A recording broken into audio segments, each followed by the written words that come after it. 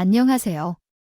오늘도 와주셔서 감사드리고요. 바로 사연 읽어보겠습니다. 안녕하세요. 올해로 환갑을 맞이한 여성입니다. 요즘 젊은 사람들이야 호랑이 담배 피던 시절이라 생각하겠지만 우리 나이대 사람들이 젊었을 때는 너무나도 당연한 것들이 있습니다. 예를 들자면 남편에게는 무조건 순종해야 하고 여자는 무조건 사근사근해야 하고 남편의 바깥일에 참견해서는 절대 안 되며 남자가 첩질 한두 번 정도 하는 거야 너무나도 당연하고 그걸 참아내야만 진짜 조강지처로 인정받는 것이라고 말이죠. 달라진 세상에 살아가는 젊은이들이야 믿기지 않는다고 그러고 사는 사람이 어디 있냐고 손가락질 할 테지만 그런 시절도 있었습니다. 특히 저는 요즘에도 고지식한 문화가 남아있는 시골 출신이라 더욱 그런 것도 있었을 테지요. 그 시절 시골 촌부다운 사고방식을 가졌던 우리 아버지는 여자가 공부해서 뭐 했으냐며 딸들에게는 공부 가르치는 시간과 돈을 아까워하셨어요. 사실 아무리 그 시절이라고 해도 제 또래쯤 되면 대학교 정도야 부잣집 딸들이 가는 곳이라는 인식이 있었어도 중고등학교 정도는 나온 친구들도 많았는데 저는 그러진 못했습니다. 국민학교라도 졸업하게 해준 아버지에게 감사해야 할 정도였죠. 아버지는 중학교를 중퇴한 저에게 놀아서 뭐 하냐, 일이나 배워라 하며 제가 어머니에게 반일과 집안일을 배우게 하셨고 어머니 역시 아버지의 말에 다른 의견은 언건생신 꿈도 못 꿀 뿐이셨기에 저는 시집을 갈 때까지 다른 곳도 아닌 내 가족과 함께 사는 집에서 식모나 다른 없는 삶을 살아야 했어요. 사람이 머리가 굳으면 사고방식을 바꾸는 것이 참 어렵다 합니다. 저 역시 다르지 않았어요. 제가 시집가던 날 저희 아버지는 여자는 취직하면 출가외인이라며 무조건 지아비에게 순종하고 친종에는 상치리기 전에는 들어올 생각도 하지 말라 하셨어요. 저는 아버지 그리고 어머니에게 보고 듣고 배우고 자란 대로 남편에게 순종했습니다. 솔직히 말하면 복종에 가깝지 않았나 하는 생각이 드네요. 아버지는 한다면 하는 분이고 아들도 아닌 제가 아버지에게 중요한 사람일 리가 없으니 진짜 소박이라도 맞으면이 세상 천지에 아무데도 갈 데가 없다는 것을 잘 알았기 때문이죠. 시댁에서 쫓겨나면 마치 세상이 끝나는 것 같아요. 양 남편과 시댁 사람들에게 납작 엎드려 죄인처럼 사는 수밖에 없었어요. 뭐 흔한 이야기지요. 80년대 90년대 서구식 문화가 우리나라에 들어오면서 여인들의 생각도 많이 달라졌다고는 하지만 그래도 내 또래에서 이런 인생 이야기 정도는 어렵지 않게 찾아볼 수 있어요. 평생 남편과 시부모 수발만 들다가는 인생들이여 하지만 저의 인생 곡절은 그게 끝이 아니었습니다. 옛말에 여자 술 도박 좋아하는 놈은 금두꺼비를 싸대고 와도 도망가라 으는 말이 있어요. 그런데 저의 남편은 그 세 가지를 다 하는 사람이었죠. 원래도 술을 좋아하는 사람이라 온 동네 사람 중 그 사람을 모르는 사람이 없을 정도였어요. 술판만 버려지면 처음 보는 사람과도 어울려 마실 정도로 마누라보다 술을 애정하는 사람이었거든요. 그뿐일까요? 남편의 실판에는 꼭 노름이 끼어 있었습니다. 집안을 말아먹을 정도로 큰 액수의 노름판을 다닐 정도로 간이 큰 사람은 아니었지만 노름으로 해먹은 재산도 꽤나 될 거예요. 남편이 흥청망청 마시며 쓰는 동안 저는 친정에서 하던 식모살이보다 더 못한 생활을 하며 애들까지 보살펴야 했고 남편은 그러거나 말거나 아랑곳하지 않고 계집질까지 당당하게 하면서 어디에 누구는 너랑 다르게 그 나이에도 얼굴에 주름 하나 없이 몸매가 쫙쫙 빠졌더라라며 다른 여자들과 저를 비교하는 짓거리도 서슴지 않았지요. 술을 먹고 들어오면 손을 올리는 것은 그냥 예사였습니다. 일주일에 7일을 술을 마셨으니 당시 제 삶이 얼마나 지옥 같고 피폐했을지 상상이 가시나요? 그래도 저는 참았습니다. 내가 이 집에서 쫓겨나면 내 금쪽 같은 새끼들은 어찌할 것이며 배운 것도 가진 것도 없는 채가 알코올 중독자의 논팽이라도 남편이 벌어다주는 돈이 없으면 이 험난한 세상에서 어찌 살 것이며 용기 없고 비겁하다 하실지도 모르겠지만 당시 저에겐 그게 유일한 생존 방법이었어요. 다만 딱 한 번 제가 남편에게 대둔 적이 있었어요. 그날따라 제가 무슨 마귀에 씌였던 것인지 술 냄새로도 가려지지 않을 정도로 여자 향수 냄새로 떡칠이 되어 와서는 또 습관처럼 저에게 손을 올리는 남편에게 딱 한 번 소리를 지르며 막아선 적이 있었어요. 다음 것이랑 실컷 뛰고 나와서는 집에서 허리가 휘어란 이 새끼를 보살피고 살림하는 조강지처한테 줄게 내뿐이더냐이. 악랄한 인간아. 아니, 인연이 밥 잘못 먹고 횟가닥 돌았나? 어디 한 해 같은 서방한테 눈깔 똑바로 뜨고 소리를 질러 그때였습니다. 둘이 실랑이를 하는 소리를 듣고 한달음에 달려오신 시어머니가 미닫이 문을 쾅 하는 소리가 날 정도로 세게 여시고는 그렇게 고함치시더라고요. 내비야, 이 마누라. 저 세상까지 직전까지만 딱 혼쭐을 내줘야겠구나. 어디 감히 지엄한 지아비에게 대드냐, 이거였죠. 그날 저는 정말 더도 말고 덜도 말고 딱 시어머니 말대로 저 세상 가기 직전까지 혼쭐이 나야 했습니다. 그 이후로 저는 반항해봐야 뭐 하겠나. 내 팔자가 이것밖에 안 되는 것을. 내 말을 귀담아 들어주느니 하나 없는 세상에서. 입은 열어 무엇 하나 하는 생각에 입을 딱 다물고 시키는 것만 하며 살게 되었습니다. 점점 바보가 되어가는 기분이었지만 그때는 그렇게라도 살아야만 했지요. 그렇게 저는 하루하루를 아무 생각도 없이 미래도 없이 당장 눈앞에 보이는 것들만 보고 사는 삶을 살아야 했어요. 그런데 하늘이 그런 저를 가엾게 여겨주시기라도 한 것인지 아니면 남편이 하는 꼴이 너무나도 괘씸하여 벌을 내리고 싶었던 것인지는 모르겠으나 남편이 늙음하게 전립선암에 걸리게 되었어요. 아이들도 다 자라 제 살 길을 찾아간 후였고 솔직히 제 머리가 아무리 굳었어도 시대가 변하고 세월이 흘렀다는 것을 알만한 나이가 되었을 때의 일이었죠. 남편도 아마 제가 예전처럼 마냥 납작 엎드려만 사는 사람은 아니란 계산이 불현듯 들었던 것일까요? 암 진단을 받은 후 남편은 진짜 껍데기만 같을 뿐 완전히 다른 사람이 되었다 해도 과언이 아닐 정도로 확 변했습니다. 사람이 당장 자기 발등에 불똥이 떨어지니 그렇게도 변할 수 있더군요. 전립선 마음을 진단받고 병원에서 돌아오는 길에서부터 남편은 갑자기 저에게 잘해주기 시작했어요. 돌아오는 차 안에서 제 손을 꼭 잡고 그러더라고요. 여보, 그동안 고생 많았지? 이제 우리 애들도 다 컸고, 아니 내가 젊은 치기에 당신한테 너무 못할 짓을 많이 한 건 다 알아. 그놈의 남자의 자존심이 뭔지. 아, 미안하다는 말 한마디 못해서 너무 미안해. 아, 이게 무슨 자다가 봉창 두드리는 소리란 말입니까? 제가 치매에 걸린 것도 아니고 지난 세월을 하나하나 다 기억하고 있는데 이재원 이웃치는 척하는 남편에게 믿음이 가지도 않았고 믿고 싶지도 않았어요. 남편의 말이 진짜 진심에서 우러나오는 말이라 하더라도 지난 세월 제가 받은 상처가 너무 컸기 때문이지요. 이제 애들도 크고 그 지긋지긋한 인생에서 조금 편해지나 했는데 남들은 황혼 이혼이니 조론이니 외치는 시대에 이제는 암 환자 병 구함까지 해야 하는 제 인생이 너무나도 비참하고 서러울 뿐이었죠.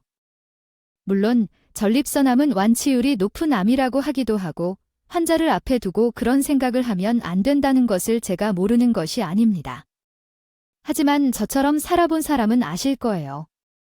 남편의 니은자만 들어도 이가 부득부득 갈리는 그런 세월을 말이에요.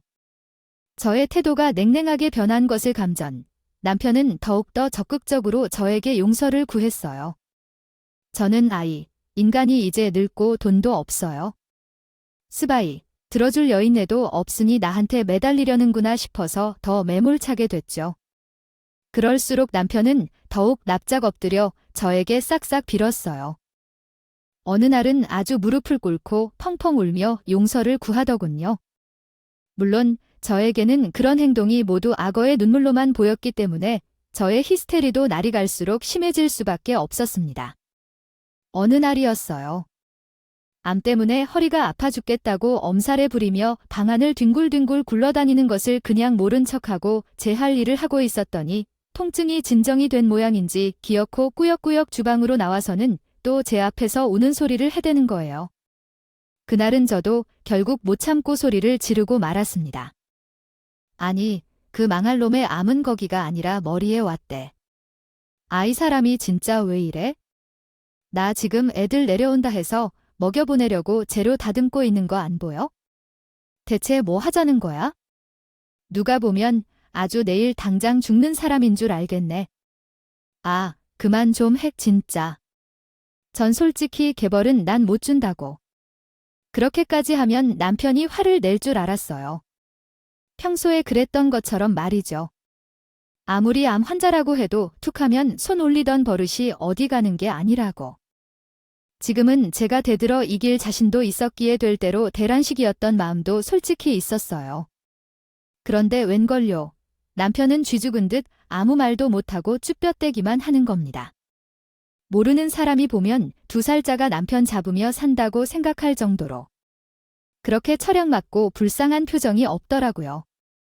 그 이후 남편은 단순히 빌기만 해서는 안 되겠다고 생각한 모양인지 이런저런 수단을 동원하기 시작했어요. 제가 원체 잠이 없어 일찍 일어나는 것처럼 생겼죠. 편인데 제가 일어나기도 전에 새벽같이 일어나 전날 미뤄둔 설거지를 해놓거나 세탁기를 돌리거나 밥통에 밥을 얹어놓고는 했죠. 제가 세탁기 돌아가는 소리에 뭔가 싶어 잠을 깰 정도니 말 다 했죠.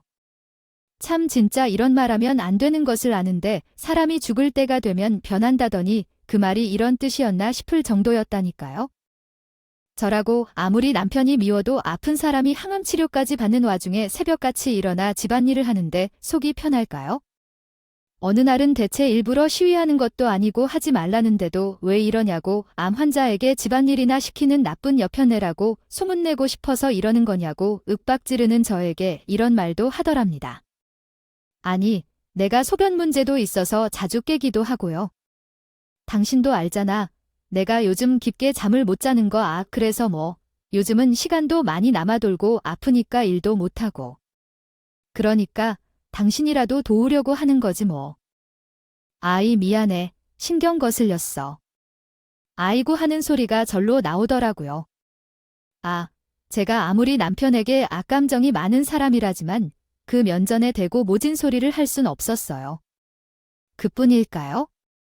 지금까지 생전 제 생일은커녕 친정집 어르신들 대소사도 챙겨줘 본 적이 없던 남편이 제 생일에 빨간 장미꽃 한 다발과 금가락질까지 사들고 와 저에게 무릎까지 꿇고 옷을 바치는 것입니다. 그동안 나만을 믿고 내 곁을 지켜준 당신의 사랑과 아름다움을 몰라보고 내가 나한테 정신이 팔려 있었던 것 같아. 여보. 앞으로는 내가 정말 잘할게 하고 말을 하면서요. 남편의 이렇게 변한 모습은 제 아비가 어떤 사람이었는지 저만큼 잘 아는 자식들마저 기함하게 했지요. 진짜 사람이 아무리 병들어 마음이 약해졌다 해도 이렇게까지 변할 수가 있는 건가 싶었어요. 솔직히 이렇게까지 싹싹 빼고 들어오는데 아무리 믿고 증오스러워도 수십 년을 한 집에서 한솥밥을 먹으면서 살았고 누가 뭐라 해도 내 아이들의 아버지이고 논팽이 짓거리를 아무리 했어도 결국 남편이 벌어오는 돈 아니었으면 우리가 이만큼이나 살지는 못했을 거라는 생각도 들어 불쌍하니 조금만 봐줄까 하는 생각이 들지 않았다면 거짓말일 거예요. 왜 세상 최고의 카사노바도 늙고 병들어가는 나이가 되면 자식과 조강지처 품으로 돌아온다는 말이 있다잖아요. 삶 속에서 그렇게 무수히 속고 또 속고 당하고 살았어도 그래 여기서 더 속을 것도 없다는 생각이 들기도 해서 딱 한 번만, 딱 마지막으로 한 번만 더 믿어보자는 생각을 하고 말았어요. 참, 저도 이러니 미련하고 바보 같다는 말이나 듣고 사나 봅니다. 남편에게 마음의 문을 열었던 것은 아니었지만 어쨌든 저는 그래도 사람이 죽어가는데 모르는 척할 수는 없다는 마음가짐으로 변구 안에 최선을 다했어요. 남편 역시 오래 살고 싶은 욕심은 있는 모양인지 의사 선생님과 제 말을 고지곳대로 잘 들으며 따라와 주었고 꾸준한 항암 치료와 한 번의 수술을 끝으로 남편은 2년 만에 완치 판정을 받고 일상생활로 돌아올 수 있었어요. 하지만 역시 사람은 고쳐 쓰는 것이 아니더란 말이 있죠. 건강을 회복하기 시작할 때부터 슬슬 이상한 조짐이 보이긴 했지만 전 솔직히 대수롭지 않게 넘어갔어요. 제 아무리 바뀌려고 노력하는 모습을 보인다 한들 남편의 그 본성이 어떤지 제가 모르는 것도 아니고 아픈 것도 좀 나아지고 살만하니 자기 성질이 슬슬 나온다 싶은 마음은 들었지만 그래봐야 제가 깨이지 와서 뭘 어쩌겠나 싶은 마음도 좀 있었어요. 이제는 윽박지를 시부모님도 안 계시고 아이들도 다 자랐고 저도 아쉬울 거 하나 없는 처지에 옛날 버릇 못 버리고 또 지랄병이 도지면 드라마에 나오는 것처럼 멋지게 이혼 서류나 내밀자 하는 마음이었죠. 그러나 현실은 제가 생각했던 것보다 훨씬 잔인했습니다. 몸이 성해지자마자 남편은 야반도주를 하듯 짐을 싸 상관이와 도망을 갔어요. 더 기가 막혔던 것은 암이 낫고 나서 바람이 난 것도요. 아니고 벌써 10년도 더 전부터 바람 피우던 여자가 있었다는 사실이었습니다. 제가 잠깐 장 보러 나간 사이에 옷가지와 기중품만 써서 후다닥 도망을 나간 남편은 제 전화번호는 아예 차단해버리고 애들 전화도 거의 받지 않았죠. 나중에는 아예 전화번호를 바꾸더라고요. 더 이상은 저도 그냥 넘어갈 수가 없었어요. 지인들을 수소문해 10년을 넘게 붙어 먹었다던 그 상간녀의 정체를 알아내 아이들과 함께 찾아갔습니다. 저 혼자 가면 두 연놈이 작당을 하고 저에게 어떤 호랑말코 같은 짓을 할지 뻔했기에 자식들에게는 못할 짓이었지만 아이들에게 부탁한 것이었죠. 자식들 역시 제 아비가 이젠 아예 집을 나가 두 집 살림을 한다는 소식에 적극적으로 저에게 동초에 따라와 주었어요. 혹시나 했더니 역시나 이 인간은 아들. 딸 앞에서도 절대 자기 체면에 차릴 줄 모르는 천박한 짐승이었습니다. 당신, 이게 대체 무슨 짓이야? 내가 먹이고 입히며 평생을 이렇게 헌신한 걸로도 모자라 암 환자 병권까지 차처해서 해줬더니 간이고 쓸개고 다 빼줄 것처럼 싹싹 들면서 귀여울 때는 언제고? 뭐 상간녀랑 야반도주를 해서 살림을 차려 이게 말이 된다고 생각해? 내가 그냥 넘어갈 줄 알아? 아, 끝까지 지겹겠구나. 이 미친 여편 내가 안 하라고. 뭐, 너랑 살아보려고 노력 안 한 줄 알아? 뭐, 정이야 말이지. 아, 정이가야 몸은 땡땡하니 무슨 퇴지도 아니고 인물 봐줄 만한 데가 있기를 해. 그렇다고 여자답게 나긋나긋한 마디라도 있기를 해. 도저히 마음이 안 가는 걸 어쩌냐고.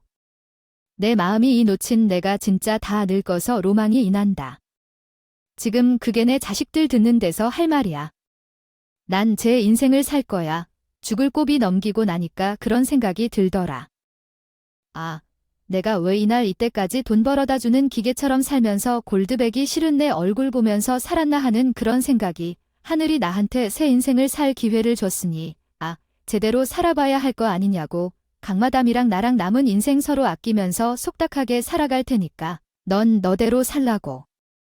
애들도 다 큰 마당에 이제 목걸이 깰 게 뭐 있냐고. 기가 막히고 코가 막히는 말이었어요. 돈을 제대로 벌어오기로 했나요? 그렇다고 한순간이라도 아이들에게 좋은 아버지였던 적이 있기를 하나요? 평생을 쓴 제멋대로만 살아온 인간이 지금까지보다도 더 자기네 키는 대로 살겠다는 선언을 저는 망치로 머리를 맞은 것처럼 골이 띵했습니다. 그 폭언에 가까운 소리를 제 옆에서 모조리들은 자식들도 아버지가 저런 사람인 줄 몰랐다며 이제는 아버지를 생각하지 않고 살아야겠다고 기겁할 정도였죠. 그래요, 맞습니다. 제가 바보천치였어요. 그래도 세월을 거쳐 쏟아온 정성이 통할 줄 알았다고 믿었으니까 말이에요. 그런 건 사람을 상대로나 바라야 하는 것인데 제 남편, 아니 축 놓치는 짐승이라는 말도 짐승에게 신뢰할 정도로 후안무치한 놈이었으니까요. 그러면 이혼이라도 해달라는 저의 말에 남편은 내가 미쳤다고 너한테 재산을 떼어주려고 이혼해주냐며 요즘 법이 그런 떼법이 없다고 재산 분할이 다 뭐고 위자료가 다 뭐냐고 길길이 날뛰기 시작했습니다. 법이 이러니 여편 애들이 주제도 모르고 하늘 같은 서방에게 설설 기어오르는 법이나 배운다면서 말이죠. 웃기지도 않지요.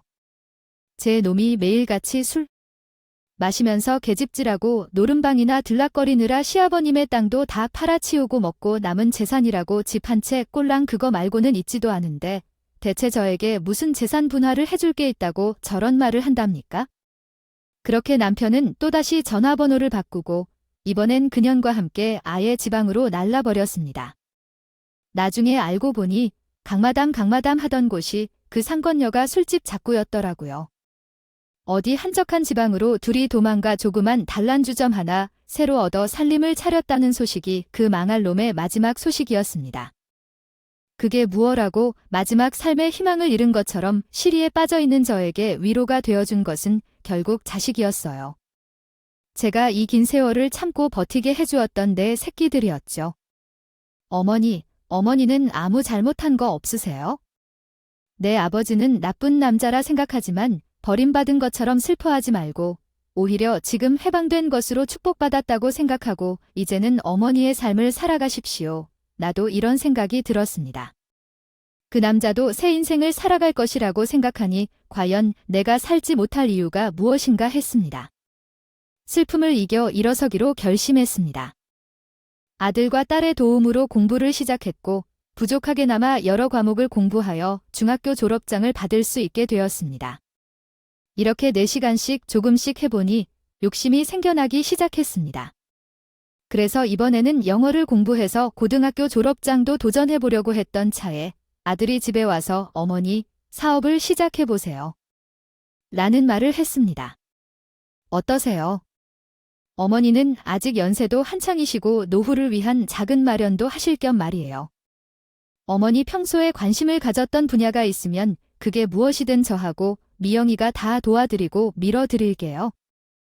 솔직히 말해서 아들의 그 말을 듣고도 저는 머릿속이 하얀 백지장과 같은 상태였어요.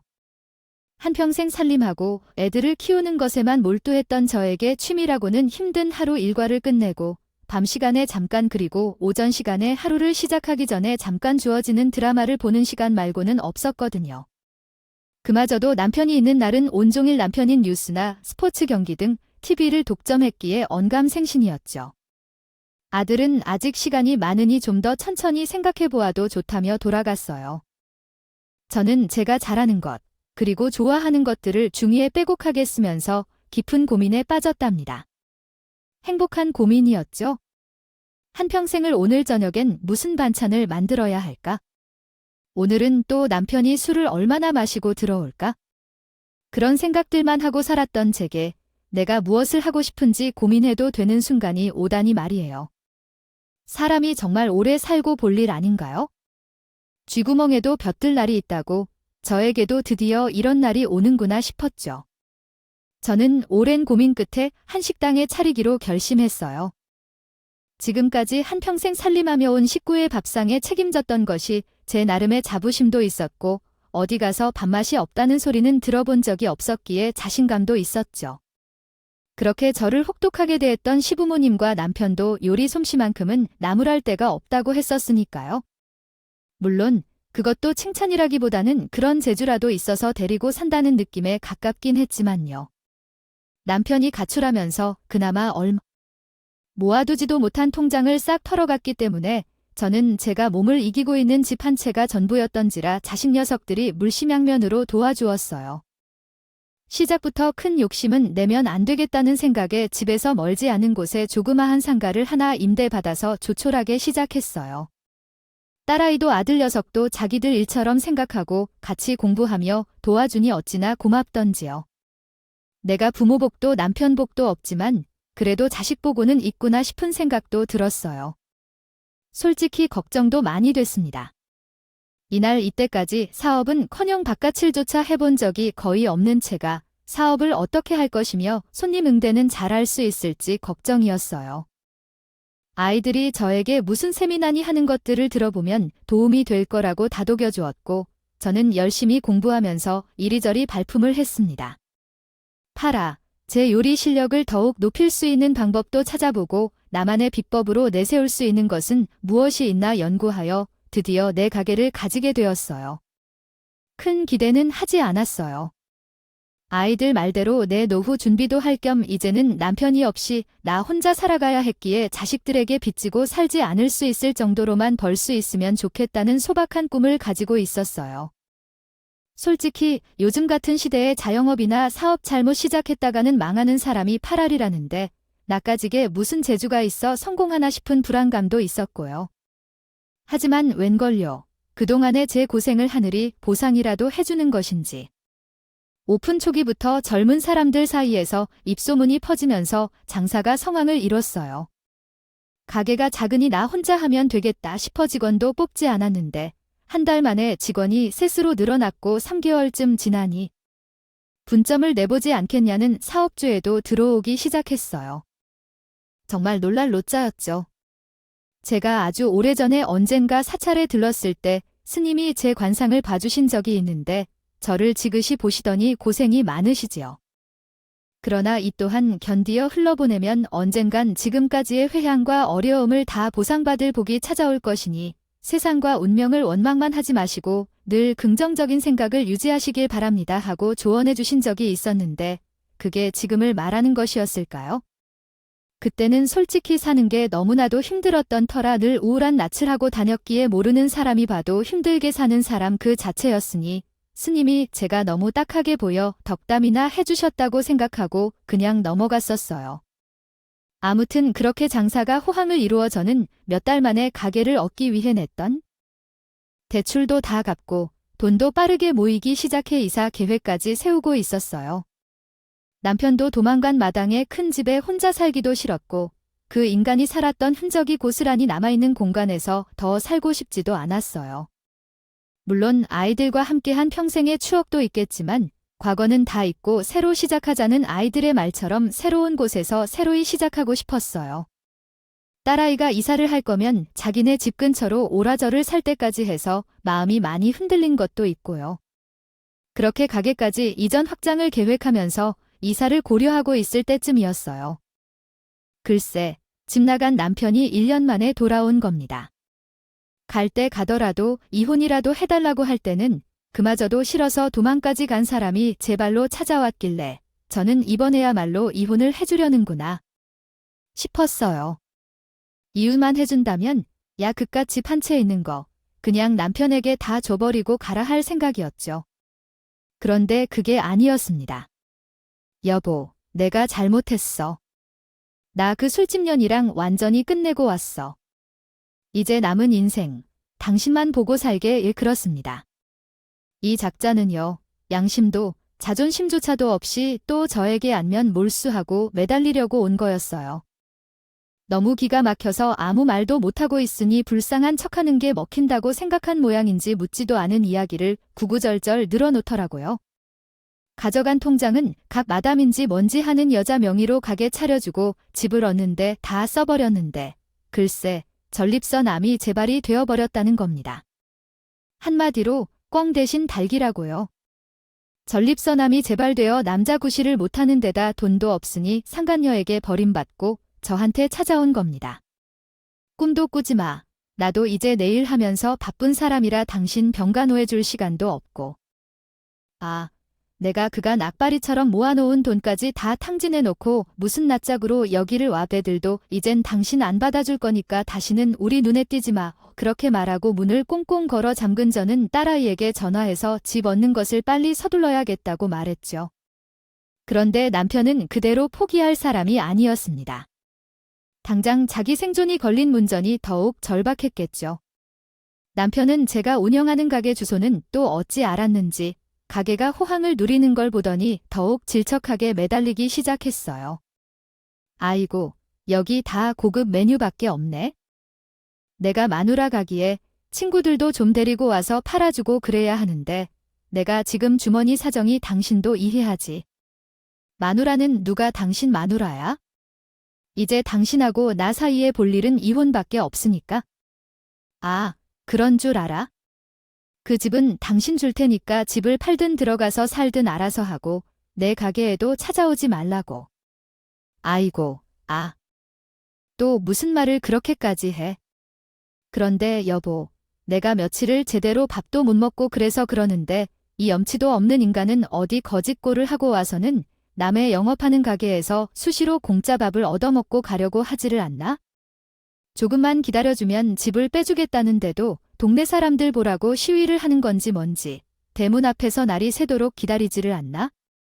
저만 보면 여기가 보고 저기가 아프고 당장 죽을 사람처럼 굴면서 앓는 소리를 하더라도 저는 이래서는 안 되겠다 싶어서 곰곰이 생각한 끝에 결단을 내렸어요.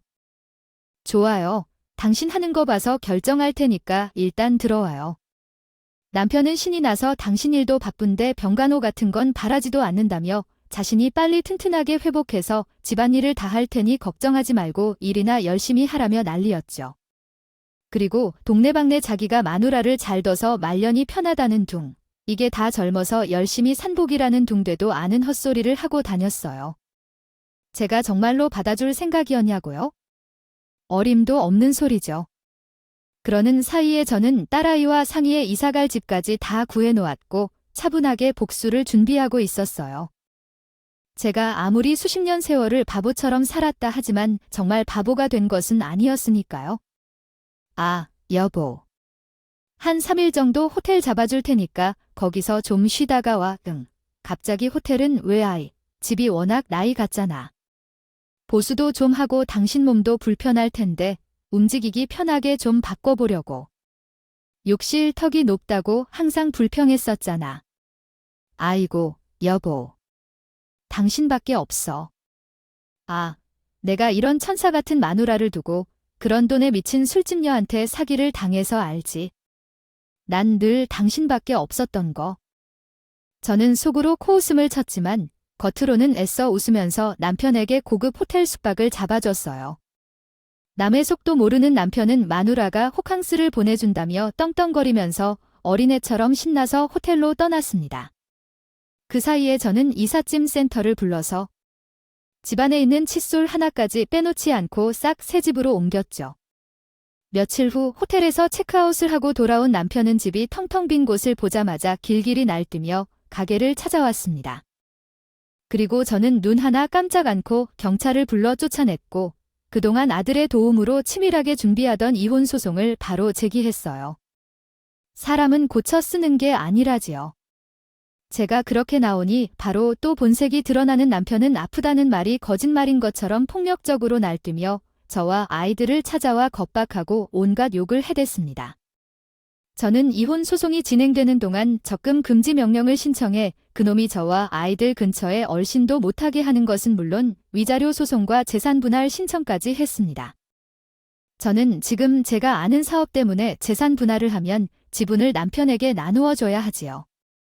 걱정되어 집을 주고 끝내려 했는데 변호사가 사업은 같이 살지 않는 동안 자녀의 도움과 저만의 힘으로 일궈낸 것이기 때문에 남편에게 나누어 줄 필요가 전혀 없고 오히려 그동안 도박 및 여자 문제로 재산에 탕진한 것은 남편이기 때문에 남은 집만이라도 팔아서 내 몫을 챙길 수 있을 거라고 저를 설득하였어요. 그리고 법정에서도 적극적으로 저를 변론해 주어서 남편을 땡전 한 푼 없이 길거리로 내쫓는데 성공했습니다. 이 나쁜 건 아니니까 감히 내가 평생 먹여 살려주는 은혜를 이런 식으로 갚아 웃기고 있네. 누가 누구를 먹여 살려? 그동안 너 때문에 내가 고생한 걸 생각하면 아직도 병들어 안 죽고 멀쩡히 살아있는 게 신기할 정도다. 이놈아, 남편은 현실을 인정하지 못하고 아이들에게까지 욕을 함. 낳아주고 길러준 은혜 운운했지만 씨알도 먹히지 않았어요. 남들은 제가 늙음하게 사업에 성공하여 큰돈을 벌게 된 것을 인생 역전이라 하겠지만 저는 솔직히 이제라도 그 놈팽이 놈에게 벗어나 내 인생을 찾을 수 있게 된 것이야말로 제 인생 최고의 역전이자 행복이라 생각합니다. 사업은 순풍가도를 달려 내년에는 2호점을 내기로 했어요. 저는 주방에 있는 시간을 조금씩 줄이면서 야학으로라도 고등학교 졸업장에 다보려고 계획을 세우고 있답니다. 전 남편 놈은 어찌 되었냐고요? 아이들에게 마저 철저하게 외면받아 연이 끊긴 그 사람은 얼마 되지 않은 재산 분할 금액의 대부분을 저에게 위자료로 배상하느라 거의 다 쓰고 지금은 집도 절도 없이 친척 집이나 친구 집을 전전하며 병원비도 빌려서 다니는 처지가 되었다 하네요. 어떤 사람들은 저에게 그래도 몇십 년을 함께한 남편인데 어찌 그렇게까지 할 수 있느냐? 손가락질 할 수도 있겠지요. 하지만 제 인생 그 수십 년의 고통을 겪어보지 않은 사람은 모를 겁니다. 인과응보, 사필귀정. 이런 단어들이 생각나는 밤이네요. 뿌린 만큼 거둔다는 말 정말 흘려듣지 마시라고 꼭 말씀드리고 싶어요. 저의 보잘것없는 기구한 인생 이야기 들어주셔서 감사하고요. 다들 건강하시길 바랍니다. 오늘도 끝까지 함께 해주셔서 감사하고요. 다음 영상으로 또 찾아뵙겠습니다.